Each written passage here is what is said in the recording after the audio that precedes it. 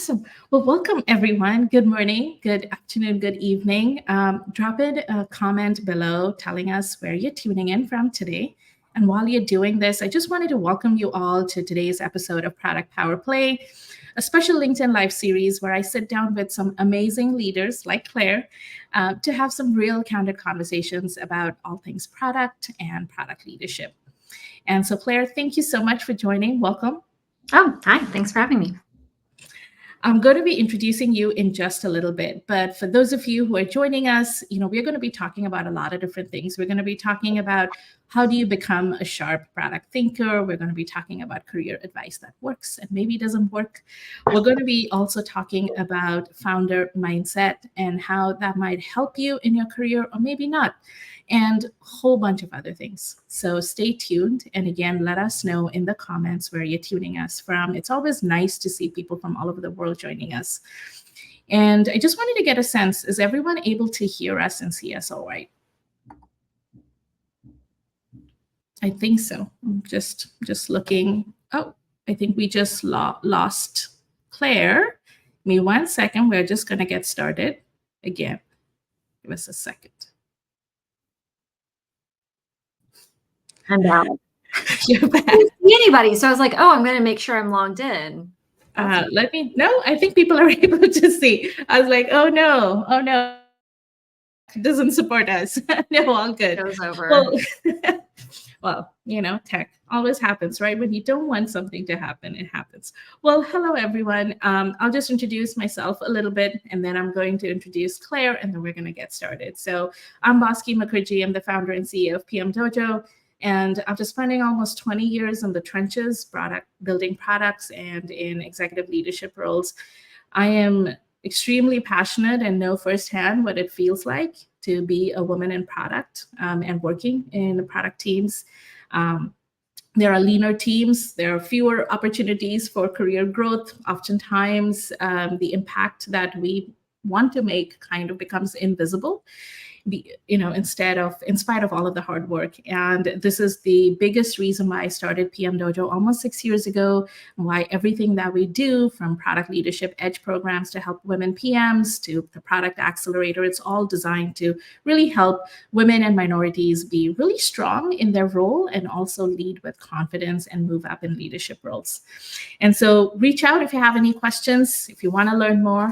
And this is the episode with Claire that I really don't want anyone to miss. So tag your friends, ask them to come and join us, and drop in any question that you might have in the comments. I will be taking audience questions along the way as well. So with that, Claire, let me try to introduce you. You've been, I'm almost having like a fan moment here because you've been someone that I've wanted to chat for a very, very long time. And I think I started sending out some feelers last year sometime probably. And it's took us all this time to sit down. So very, very grateful to be sitting down with you. A little bit about Claire. She's the Chief Product Officer at Launch Darkly and leads everything tech. So she's leading the tech team across product, design, ecosystem, as well as engineering. She brings wealth of experience and knowledge both across startups and larger companies. She's had a chief product officer role at companies such as Color and Optimizely, which actually acquired a company that, Claire, you had founded a long time ago in 2017 called Experiment Engine. So it's been kind of really interesting to see all of the things that she's been doing and just the breadth and the depth of experience that Claire has. Outside of Launch Darkly, Claire is an active speaker, a board member, an angel investor, as well as the founder of something that I think all of the product people have become really fond of, and that is ChatPRD, which is an AI copilot for PMs. So anything that I missed, Claire?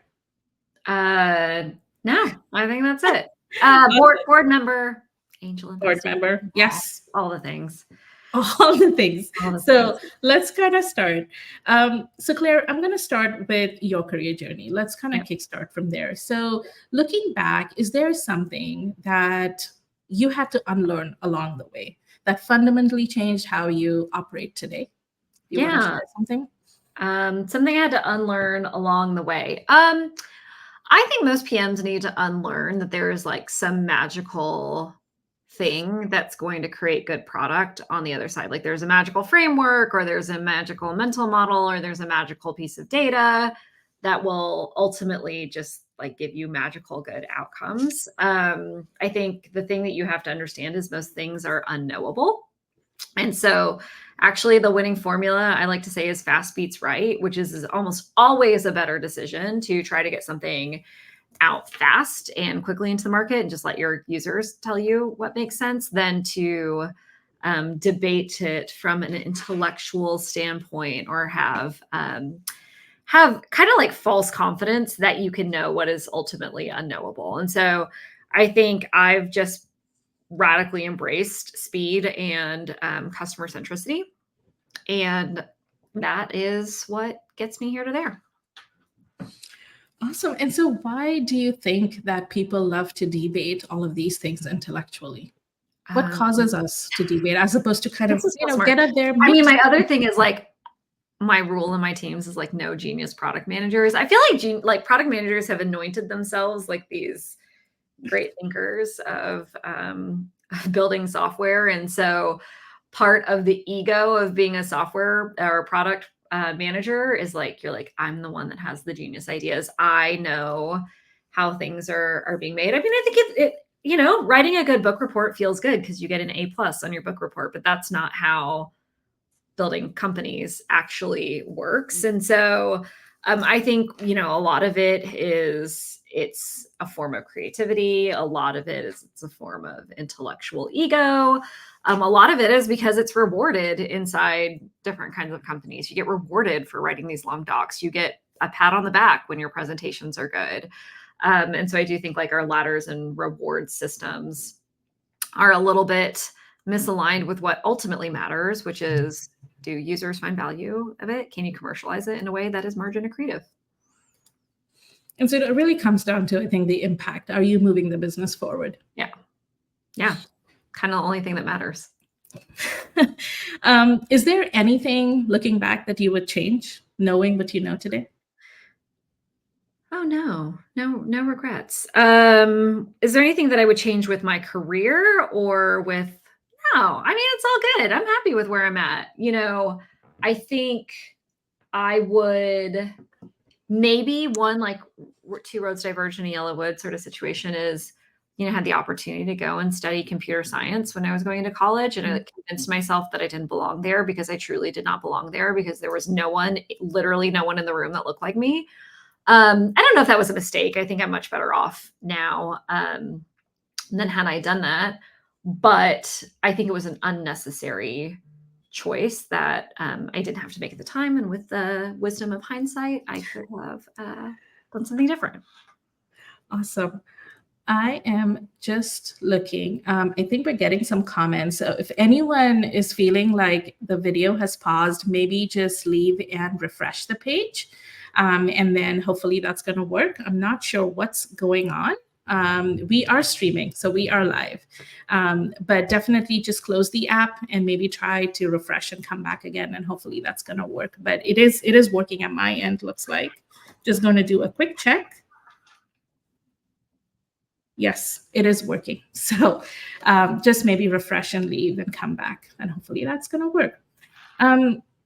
Claire, I know there's a lot of talk about disrupting things in the world of product. Well, there's just so much pressure. We just got to disrupt, right? Mm-hmm. This word has become such a cliche. I don't want to talk about product per se, but I want to talk about you personally. Can you think about a time where you felt really uncomfortable pushing against a norm, career-wise, or maybe it was a decision?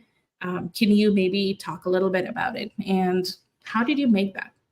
I mean, there's a couple, I was going to say, like, I feel very comfortable pushing against norms. It's possibly why I'm in the role that I'm in. I once was told, like, Claire, you need to have sharp elbows. And then, apologies to people that have to work with me. Now I have sharp elbows and it's been very effective. So I'm pretty comfortable with saying what I think and communicating what I mean. That being said, of course, in my career, there have been moments where I've made a choice that's different than what peers would make or different than even what my boss would want. maybe a good example of that is I was working at a large company, and I really liked to understand the impact of the things that we were doing. I like experimentation. I like knowing what works and what doesn't in the market, especially when you're in a B2B context or B2C context. You can actually measure and know. And I remember my boss said, like, Claire, you can't measure and know everything. And you need to talk less about data and experimentation. And on one hand, like, yeah, you can't know everything. And I think there is some truth to it. And the other hand, like, I knew that there was incremental business value I could deliver through experimentation. So my response to that was to quit my job and start a company called Experiment Engine. So like, sometimes you do have to get yourself out of situations or out of organizations that don't, fit with your framework of how you think the world works. And that's okay. There's, a lid for every pot. And so, of course, there have been moments where I have disagreed or had to go against, what an organization or a boss or somebody. Sometimes it's as simple as saying what I think and then moving forward as a team. And sometimes it means that you're really philosophically misaligned with an organization and you go do something else. So I'm going to zero in on that a little bit more. So when do you know it's time to leave? Because, and I'm talking within the context of the market right now. It probably becomes incredibly difficult. Maybe you're kind of pushing through something it's not working out. Do you leave? Do you suck it up? Do you figure out a different way to influence that decision? Do you make it more bearable for maybe a time being? Like, how would you advise product leaders today? So there's a couple of things I'd like to frame this particular part of the discussion with. One, it's a really hard market out there, and anybody that is job seeking, I have a lot of empathy for. It is super challenging. I know people that are interviewing for a year, getting lots of like late stage processes, spending a lot of time, and then still not yet finding that great role. So one, I think it's a tough market. Two, I generally think, and this might be a popular statement, our keyboard jobs are not that hard. Like, I get to sit at my MacBook Pro and chit chat with like people on Slack, and I get to build things through a magical computer box and get those in the hands of users. And like, yes, process can be annoying. And yes, sometimes people disagree. And like, yes, sometimes conversations are frustrating. And like, yes, I don't always get to do everything that I personally want to do. But when I take a step back in terms of like dream jobs and dreams careers, it's hard not to put product management at like the top of like candidly like cushy creative class jobs. And so I have a really hard time personally when I read about so much dissatisfaction in the product management kind of career path, because at the end of the day, I think it is actually, maybe I've been spoiled enough to be in organizations that do it right, but like when done right, it is like, what a fun job. You take your ideas and you talk to people and you make internet, like what a fun job. And so, I have like sort of two things in my head, which is like market's really hard. Two, I think our jobs are really great. Three, I actually think that probably the attribute that contributes most to my success as a professional is just like emotional resilience. It's if you can, you've got kids, I've got kids. Like I teach them feelings, like feelings pass in scientifically 20 minutes. So I try to make sure that while the highs and lows of startups are always going to be high and low, like I try to keep even keel. And so I think, and then I think the other thing that people are really struggling with is as we've shifted to remote post-COVID and people are still in that mode, like we are all just hypothetical pixels to other humans. And I think that's really destructive to happiness, connection, and meaning. Like I actually think it really degrades people's happiness and satisfaction with their work environment because you have no actual human connection in any way, shape, or form that can tether you to a sense of camaraderie and that can help you through when things are hard. And so I think it is really hard right now for people is kind of the conclusion of my story. It's really hard for people, super hard for managers. It's super hard for leaders. Now, so that's like my context, taking a step back, answering your question, which is like, when is it time to leave? I think it's time to leave when the next step to where you want to go with your career is obvious to you. So what the advice I tend to give people is when you take a job, you should not take that job. You should take the job that gets you to the next job that you want. You should be very clear on that. And so when those kinds of opportunities come up where a new opportunity is something that sets you up long term or at least midterm for what you really want, that's a good time to change. This another good time to consider new opportunities is when you've given all you can give to an organization and the organization is actually better suited to have somebody else take the next phase. Me as a leader, I've had those kinds of conversations before where I've done tremendous work through many years. And I'm like, I did the work. I did the thing that I'm good at. You're in a good spot. The next phase is for somebody else to take forward, and I'm going to go to that next opportunity. That can be a really good moment. And then I think the third thing is like, look, some people just got to get out of there to take care of themselves. And I'm not going to put any judgment on that. Which is like some people are hitting points of burnout or, just really need time to be in a different space. The only perspective I would give folks is every job is hard. Every job has annoying things. No, you are not the CEO of the product. Like accept what, what is it? Have the wisdom to accept what you can't change, whatever that is, like change what you can change, know what you can't, have the wisdom to know the difference, whatever that is, like that is true. And so like, I would advise against, just somewhere else is going to fix it, when you really have to inspect what is driving dissatisfaction, disconnection, or burnout in my current role. And is that me? Is that the company? Is that the space? Like, what is it? I love this because a lot of the times when I'm working with a lot of PMs, I think this is something that I always tell them, that you do need a little bit of inner work to figure out where exactly. It's just like being a PM. You have to figure out what is the problem, because only then you can figure out how you go about solving it. And there might be so many different ways to solve it. And sometimes leaving a particular role may not be for you for whatever reason. Maybe it's financial, maybe it's something else, right? And so I think thinking about that exit or plan B sufficiently ahead of time is like so important. Yep. And I think like, to what you were saying, I think a lot of this in my mind, I would love to hear your point of view here, Claire, but a lot of the times I think this delusion, I call it delusion, maybe this is not the right word, but of thinking that this is what product management is, I think comes down over reliance on a lot of the books which paint this idealistic view of how things should be working and how decisions need to be made. And this is a framework, you can use it. But in the real world, like I think in all my career, I've never seen that a framework or even a case study from one of those so-called best companies that actually helped the mess and the debate and the yelling that has been happening in the room comes back to. I'd be a richer woman if it did. I know. I can follow a map. That's not the problem. Absolutely. And I feel like maybe that's what it is. The real world is messy. Building products is really messy. You're working with people. Humans are messy by nature. We don't do what we say we're going to be doing. And yeah, I think the world would have been different, I think, if we were working with bots and robots instead of humans. Unfortunately, the bots and robots are trained on humans, so it'll be no better. That's a really good point. Let's kind of talk about scaling, which is another very cliche word that comes up every single time, right? And it is this glamorous and sexy word. You got to scale teams, you got to scale products, you got to scale businesses.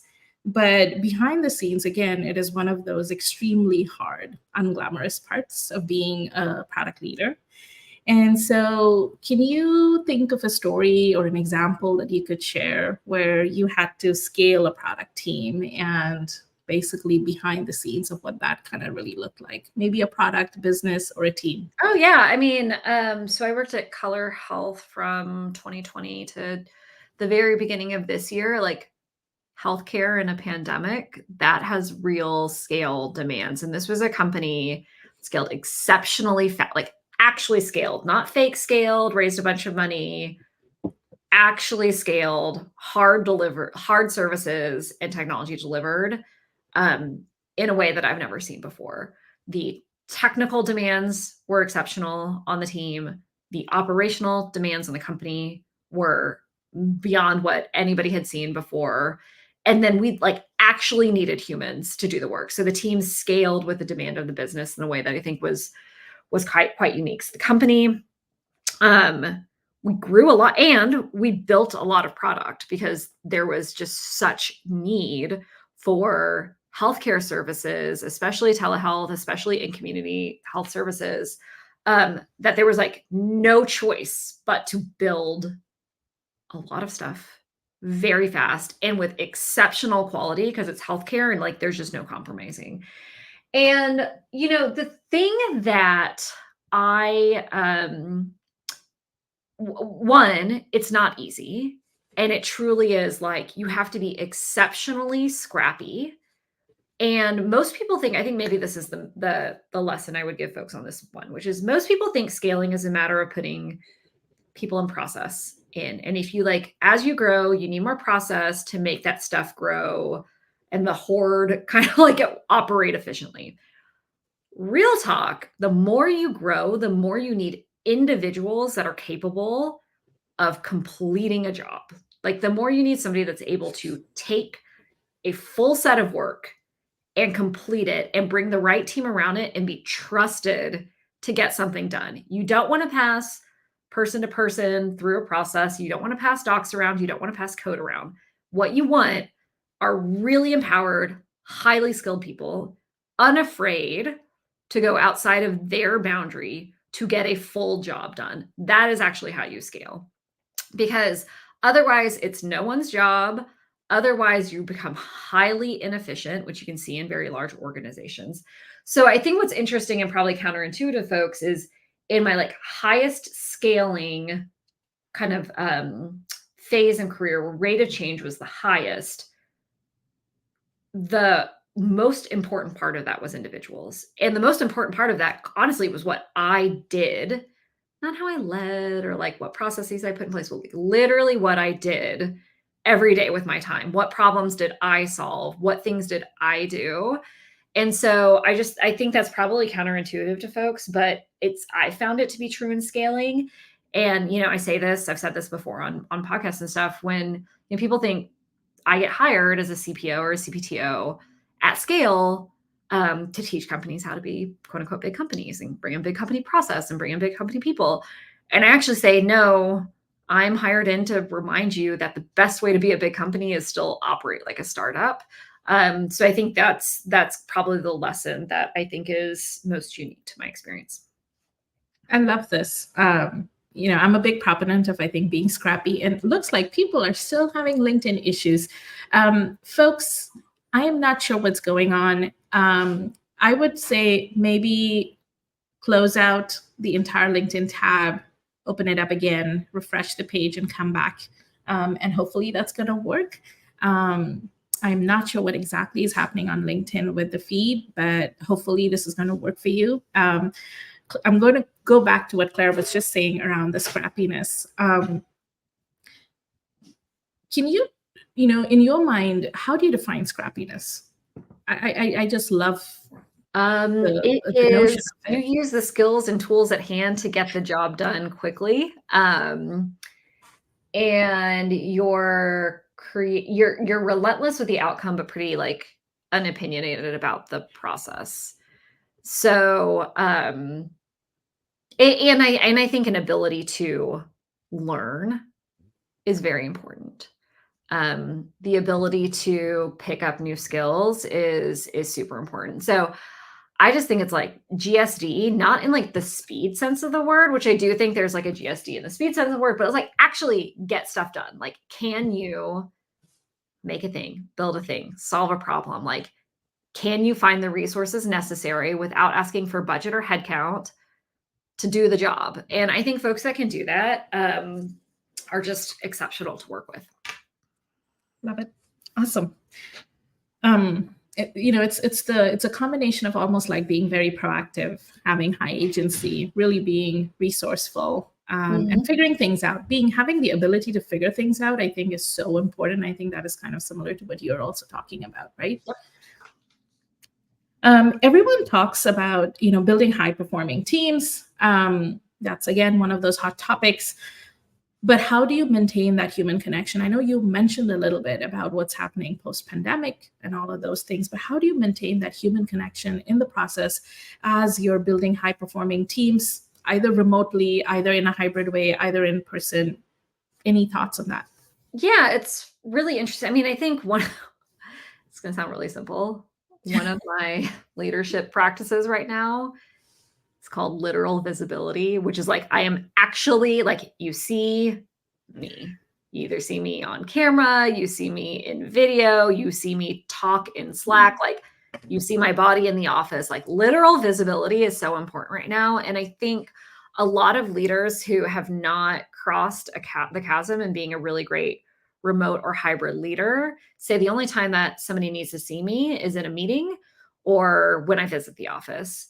And actually, like these digital workspaces are our workspaces, and visibility requires you to show up in those workspaces. And so, one, I just think actual visibility is really important. Two, I like the teams that work best with me, which is not necessarily teams that work best with each other, are create human connection through a few things. One, we have a shared goal and mission. Like we all are here to do the same thing. Two, we culturally are aligned on how we're going to do that thing. And I would say like the teams that I work with are culturally aligned on they want to move fast. They care about customers. They are commercially oriented and understand that we're in a business. They're technical and they're scrappy. Like those are attributes that I think we all share and find joy in watching each other demonstrate those capabilities. And then we have fun. I think the other thing I think about companies not as families, but as teams. And I think ultimately like teams play. And so if you come to work with a sense of play and competition and learning and practice, I think the connection is there. And so that's some of the things that I think about. How do you evaluate for some of these things, like when you're hiring, like scrappiness, wanting to have fun, and Um, vibe? Is it you just get it? some of them you can just like kind of screen out. And again, this is like who's going to work well in like Clairvaux's organization. This is not who's going to work and be a great PM anywhere. It's just me. Like I tend to prioritize candidates with some level of startup experience, whether that's early stage startup or growth stage startup experience, because you like kind of have to be scrappy. I often like to ask what's the last thing they built, not the last thing that you wrote or that you presented, or like what's the last thing that you actually made, and how they get it done. I think I pretty quickly disqualify leaders who present as if growing headcount and bringing in other leaders is the only way to have impact in an organization at their level. So I tend to ask like managers and leaders about their IC hard skills. Not that leadership and management skills are not incredibly important, they are.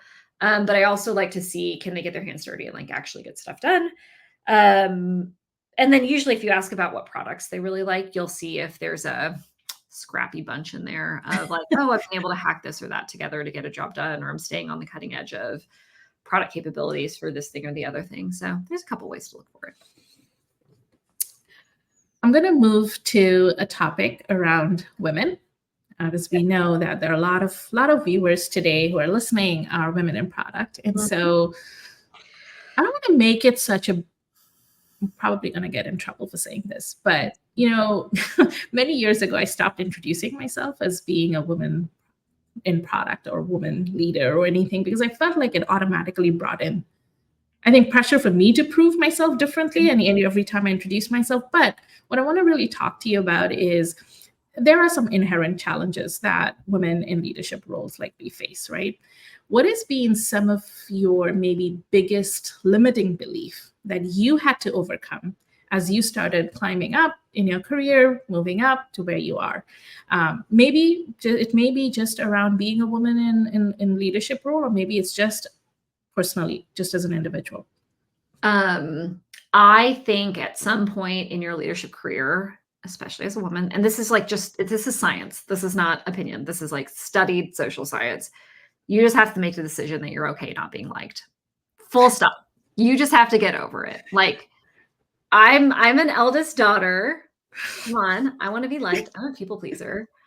And like, you just got to leave that behind. It will not serve you. You can be likable, and your personality, I think mine is to be kind and positive and fun and funny and blah, blah, blah, blah. That is all me. And at the end of the day, my job is not to be liked by people. My job is to drive performance. My job is to drive outcomes. My job is to build awesome stuff. And in service of that, I will do things that people do not like.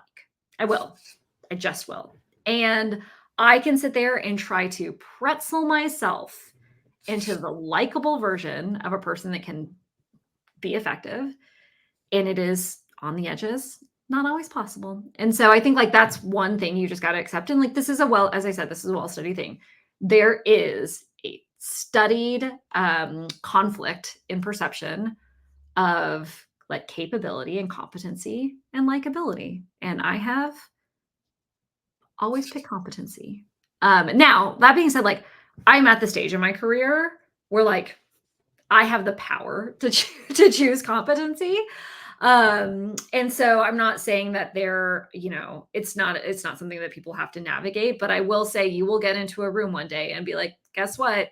You no longer get to be everybody's favorite. People will definitely not like you. People will definitely say nasty things about you because you're a person in power, and that is just power dynamics. And like, that's just part of the job, and it's not personal. But I think like be prepared, because that is definitely something that you'll just have to do. It's so true. Funnily enough, I actually published my article last week, and it was about the likability trap. And I did talk about the competency and likability. And it's interesting. I think people confuse or sometimes just maybe draw very similarities between likability and not being a jerk. And I don't think it is that clean of a differentiation. I mean, of course, I'm not saying you have to be a jerk, but as a PM, I mean, you're never going to make everyone happy. There's always like, even if you do the bang on job and you have come up and you launched a feature that was maybe everybody was wanting for years, for months, even then someone or the other is going to be unhappy about how you did it, how it happened, when did you launch it, what the results were. And so I think it's 100% right, like what you mentioned, Claire. What advice would you give then to other women who may be aspiring to have a career like yours? I mean, it's a fascinating career growth that you've had. I was looking from social media, like you were in social media way back when, and God. Let's not talk about all the things we don't want to talk about then. that. Yeah, we don't want to talk about that. I have done every job available in tech. Yes. One maybe is that, like, go horizontal to go up. I have just been relentless and like being willing to do jobs that were a little different than the job that I did in order to expand my experience and capabilities. It's made me a very well-rounded business leader. So I think like go sideways to go up is always good. Paths aren't linear. Maybe one piece of advice. The other piece of advice is like, ask for it. Like I am unafraid to say, this is the next job that I want to my boss and be like, it's going to be here. It's going to be somewhere else. So like, let's make it here. But then I think you just like truly have to back it up with performance. And people do not get in leadership roles by mistake. Like I'm going to say it, they don't get in them by mistake. They get in it by having a very high say-do ratio, moving fast, actually having impact on the business, showing up effectively in rooms at all level, whether you can show up in a board meeting or an executive meeting or a manager's meeting or a team meeting, representing the company, putting on the company hat, all those things. So I think if you have high performance combined with self-advocacy, then you can have a really great career. And also know what you want. Like, I don't know. You should really chat with me and decide if you want my job, because I don't know if it would be the most fun for everybody on this call. Yes. I can 100% relate. I think there are a lot of people, it's the same thing happens, right? A lot of people like PMs, they'll be like, well, I want to get into leadership, so I need to become a people manager. And a lot of times I do tell folks, I say, especially right now, being a people manager is extremely, extremely hard. Are you ready for that? Well, I want to become an executive leader. I want to sit in the C-suite. I'm like, do you know what goes on in the C-suite? Do you want that kind of, whether it's stress, whether it's the kind of decisions you have to make? I mean, I really like what you shared there, Claire. I mean, It's yeah, I mean, when people say I want to be in the C-suite, it's like, do you want the job or do you want influence, power, and money? yes, Like, because you can have all those things in a very different path. yes, I swear on my life, the yeah, best job in the house is the most senior IC on the team that no one ever wants to leave, but has their pick of the projects, has no direct reports, is only in the meetings that they want to be in, gets to be incredibly creative, and is like highly trusted and respected across the company. That's like a very high ROI and like paid really well. That's a very high ROI job. You really have to be a glutton for punishment. I love it. I love it. And I think the other thing that you touched was around, again, the competency, right? I think there is a lot of talk around like, well, if you just know how to advocate for yourself, or if you just know how to talk and talk in the room and don't keep your voice kind of silent, you're going to get promoted. And I don't know about, I'm not talking about the other roles, but I think in product, it is so important to really get strong in what you do. Yep. That I think the other things do follow once you're really good. And of course, the other things you do have to do. But I think it comes down to competency. Like you have to be really, really good. Or you have to be the best, right? Like I think I think one of my managers had told me this many years ago, and she said, Bosky, don't just try to be good, try to be the best in what you're trying to do. And I think it's so true. Let's I know we've talked a lot about so many different things that might be counterintuitive. I want to talk, zero in a little bit more on that. What do you think is the most overlooked skill or trait in future product executives? How can someone in mid-level product roles right now start to develop some of those skills, before they reach that executive stage? Selling and coding. Those are the things that I do most. I mean, I don't code the most at work. I code the most outside work. But like, my side job to my main job is I'm an enterprise sales representative for LaunchDarkly. We have the best in industry feature management and experimentation platform. I think if you're considering one, you should give me a call. Like, I sell. That is my job. I sell. I sell software. I sell our roadmap. I sell candidates on why they should join the company. I sell the team on why they should invest their career here. Like, I sell, and it is not inauthentic. I am the biggest LaunchDarkly fangirl, although you told me earlier in the call there was somebody else that maybe is a bigger fan than me of my own, of the company that I work at. But like, I sell. And like, you think, oh no, that means she's just positive, or like ask people for what? No, like, how do you close? How do you do like problem and objection discovery? Like, how do you actually sell? How do you cold call someone? Like, those are actually the skills that I don't think anybody talks about PMs having.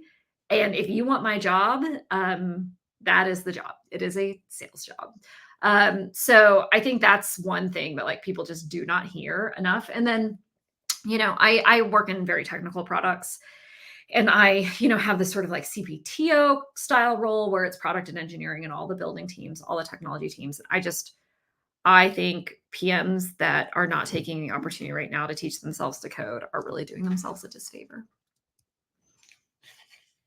Interesting. Even with the no-code platforms, even with all of the AI coding platforms. No, we'll code with AI. I don't care how you code, but I think you should be able to build something. I think if you can't build your own prototype of a product, in 5 years, you will not be a top 10% PM. It's really interesting. Thank you. I'm going to come back. Did you always know this, or has this realization becoming stronger and stronger over the years? About coding or about selling? Coding and selling, both, because selling I did not know. Selling I did not know, but then I just looked up one day and I was like, you know what my job really is? My job really is is sales. And so I think as you become an executive, it just becomes exceptionally clear that those skills are what you use every day. And it's like where my competitive side comes out. Like, I don't like losing prospects. I don't like losing customers. I hate losing candidates. Like, if you ever try to tell me you're not going to work for me, I'm like, oh, you're wrong. Like, you were definitely going to work for me. Let me tell you why it's awesome. So I think that is something that probably over the last 10 years has become more and more critical to how I operate. I've always believed that understanding the technical side of software development is super important, but that's probably just because it aligns with my personal interests and background. But I just think that it's just more obvious and urgent to me today as a product leader. It's interesting. Many years ago during one of my PM interviews on the last stage, I was not expecting it. And the CEO comes in and literally asks me, okay, this is my last question to you. I pretend I am a prospect. I want you to sell this to me. And I'm like, I literally didn't know what to do and how to kind of do this, because I'm like, why would you ask me how to sell as a product manager? My job is not to sell. And it was so interesting. I obviously didn't get that job, but I did make a friend out of him. And he became one of my biggest, most favorite mentors. And I started working with him. And it was so interesting to see and learn that a big part of what you do, even as an ICPM, we talk about influencing, we talk about selling your vision or telling your vision or telling this. It's at the end of the day, it's selling. It may not look like what the sales team does, but at the end of the day, it is selling, right? I mean, I'll say something even more dramatic, which is like, none of your product matters if you can't sell it. Yeah. Like, what's the point?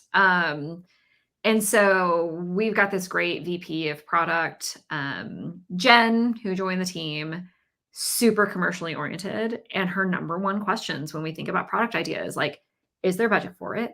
How do we package it? And how do we sell it? How is this thing going to be sold? How is it going to be monetized? And I think PMs probably also undervalue commercialization, hard skills, pricing and packaging skills. I'm certainly not exceptional at it because Jen is on the team. She's exceptional at it. But commercializate, not commercially minded PMs are going to hit a ceiling in their career growth. Very powerful. And yay to Jen. and yay to Jen. I want to talk about legacy. And so what would you want your legacy, Claire, to be as a product leader, as someone in product? Have you given some thought on that? God, I forget. Somebody on Twitter said it, and it was like such a delight. It was like Claire is like the fairy godmother of like hardcore startups. And I was like, that's what I want to be. That's what I want. So, legacy. I'm like certainly a startup person that brings founder energy, because I've been a founder before, to operator roles. I hope I go down as like #founder mode, always cared, like GSD, no BS kind of leader, and somebody who, hopefully, knock on wood, makes people feel like they can do bigger things than they're doing now. I don't think about legacy too much. Think about selling. You don't think about legacy. You're get it done kind of a person. I love it. I know you mentioned the dreaded word, founder mode, and I know I wasn't going to ask you. Why is that dreaded? Injected in my veins. LFG. It's like I think, I don't know. I just think that, this is what happens in tech, right? Someone says something and suddenly it just kind of gets blown out of proportion, and then it makes a lot of us uncomfortable, and suddenly it becomes the dreaded word. I've always talked about having a founder-like thinking in order to be a really good product manager and a product leader, but of course I didn't say it the way it was said recently. So your thoughts on founder mode, what it is, so that people kind of, I think, really understand what maybe the meaning is, not what the other person wanted to say. I wanted to know from you, Claire. Okay. If anybody thinks I'm anti-founder mode, they are like deeply mistaken. I think startups are like acts of will, and they get done because a person or a set of people believe that they can drive an unreasonable outcome and will like brute force company to get there. Like, let's talk about the opposite of what we were talking at the beginning. There's no magic process machine that will make a startup into $1 billion business. Like, there's no magical process machine. Certainly things you can do. Certainly, like, don't rewrite the playbook. But, like, they are acts of will done by individuals who care a lot. And I think I've been a founder before, and then I've worked for founders, and then I've worked for sort of professional hired and CEOs. And the most successful teams have opinionated, directive leadership. And like, I know we hate this because we think like PMs are the CEO of their product. And like, I should have a fully empowered team that just like floats in the ether and finds out what customers want and then builds it on our time. Like, no, like we have a mission to complete and you want a leader in that situation. And I will tell you, if you want to become a CPO, the number one skill you should get good at is collaborating really closely in the same direction with a founder CEO. There's too many times I get asked all the time to give advice on like, I'm hiring my first VP or I'm looking to be the VP of product at this team. And I've seen so many VPs of product come in that think their job is to take over product from the founder. That's not true. Sorry. Like, that's not the job. The job is to push forward a vision, make it bigger, execute better, create leverage for a leadership team who has manifested probably a relatively big business out of an idea and some venture capital. And so like, I'm like very strongly aligned with like directive leadership, having a point of view, individuals taking the wheel, and then creating culture where people want to operate that way at every level in the organization. And if you get that, I think you can do just like incredible things. And I think the trick is like, people like, oh, that's disempowering. Like, I have people literally tell me I should not talk to skips. I should not talk to ICs in my team. I have a 200-person team. You should talk to your leaders, but like, you shouldn't talk to their managers and you shouldn't talk to their ICs, not in the company, but like people look at it from the outside.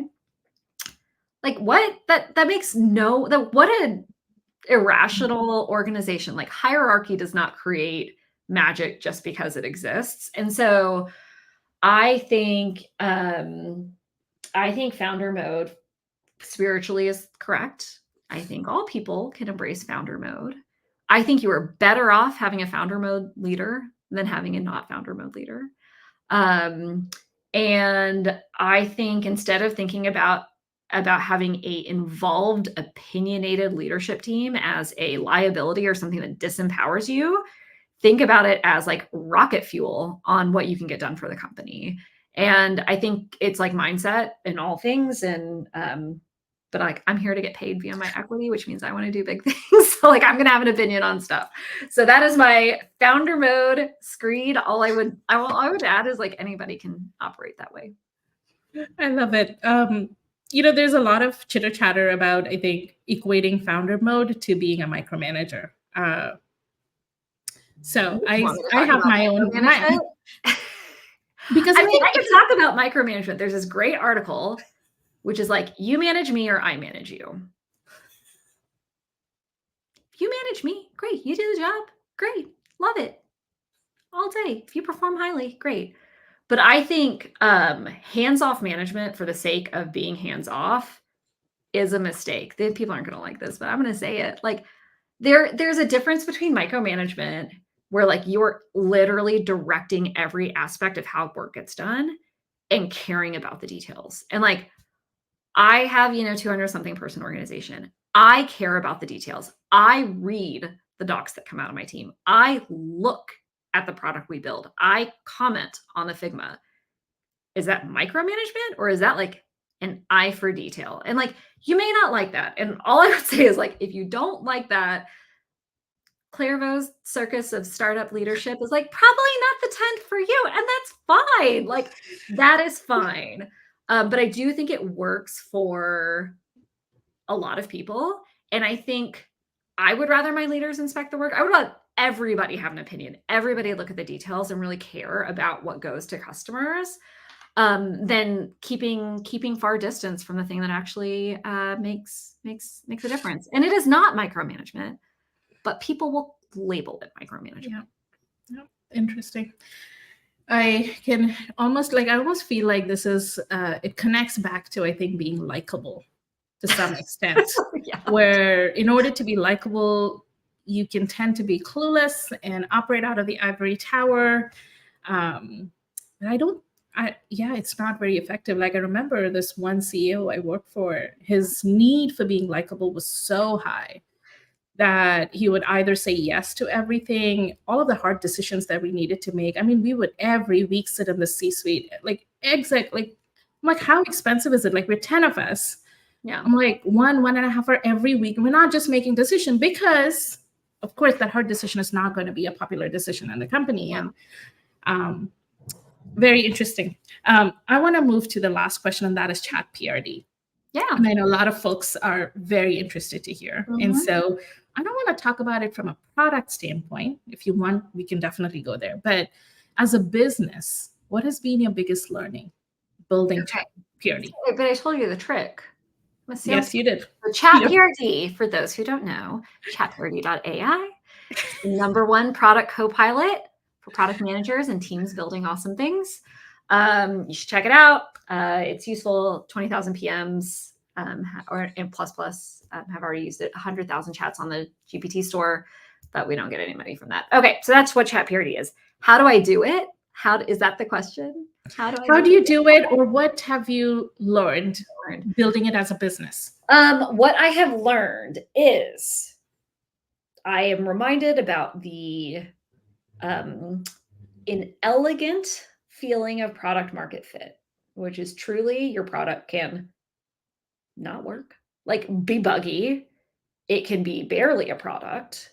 You cannot have a support team. You cannot have a sales team. And you cannot work on it full time, and people will rip it out of your hands because it solves a problem. That is the feeling I have with ChatPRD. And I built it from a very scrappy early prototype to like a kind of very narrow app to like now it's like kind of a platform that does multiple things and has Teams accounts and enterprises are using and all that stuff. And the reality is every step of the way, customers wanted it more than the quality of the product deserved. And that is product market fit. And so I think one of the mistakes I see product managers make is they think like just one more feature, if I redesign it or blah, blah, blah, blah, blah, 3 more months, 1 more month, whatever. And I think that's a fantasy we often tell ourselves about product market fit, that like just one more feature will fix it. If you nail the problem, customers will accept anything that like gets in the ballpark of solving that problem for them if it's an important problem. And so I'd say that's the thing that I learned about ChatPRD. And then, people ask me a lot, how do I do it all? LaunchDarkly is my full-time and beloved job. I get up at 5 in. So, there's a lot of hours if you get up at 5 in, even before my kids get up. So, you just become, this is true, like working mom mode. You just have to, one can be very efficient with their time. It kind of reminds me of what my dad used to say, because as a kid, or maybe as a teenager, I used to complain a lot. And I would be like, I don't have time. My dad wanted me to do this. And he really wanted me to learn how to code as a kid. And way back when, in India, when coding and all of this wasn't there, but he really wanted me to learn. And I was like, I would much rather just read a book. But he's like, and I would make the excuse. I said, I don't have time. And he would always tell me, Bosky, they're only 24 hours. That's it. You got to make it work. And this is not special for you. This is like a fact. And you got to make it work. So if you have to wake up earlier or you have to scrap out some time, take 15 minutes away from reading a book, dedicate it to something else. And I'm glad, even how much I complained back then, but I'm glad it kind of got into my DNA over all of these years that's what I do. And I think as a mom, you just become a multitasker and a better planner or whatever those skills are. So love it, Claire. Thanks. Any final thoughts before we say goodbye? No, just like have fun. I don't know, be kind to each other, have fun. I do think like going back to one of the first questions, if this is your job, you have like one of the best jobs objectively in the world. It is like pretty wonderful. And so I think just going into work with curiosity, finding fun, connecting with people who work with you that are just there to build cool things and do their best work and express themselves in the process, I think is the best. So I hope people go into their Friday with some positivity and a sense of play, because that's functionally what we get paid for. Absolutely. Love it. Love it. Love it. Thank you, Claire. This was amazing. And thank you, everyone who joined us today for this episode. Thank you so much.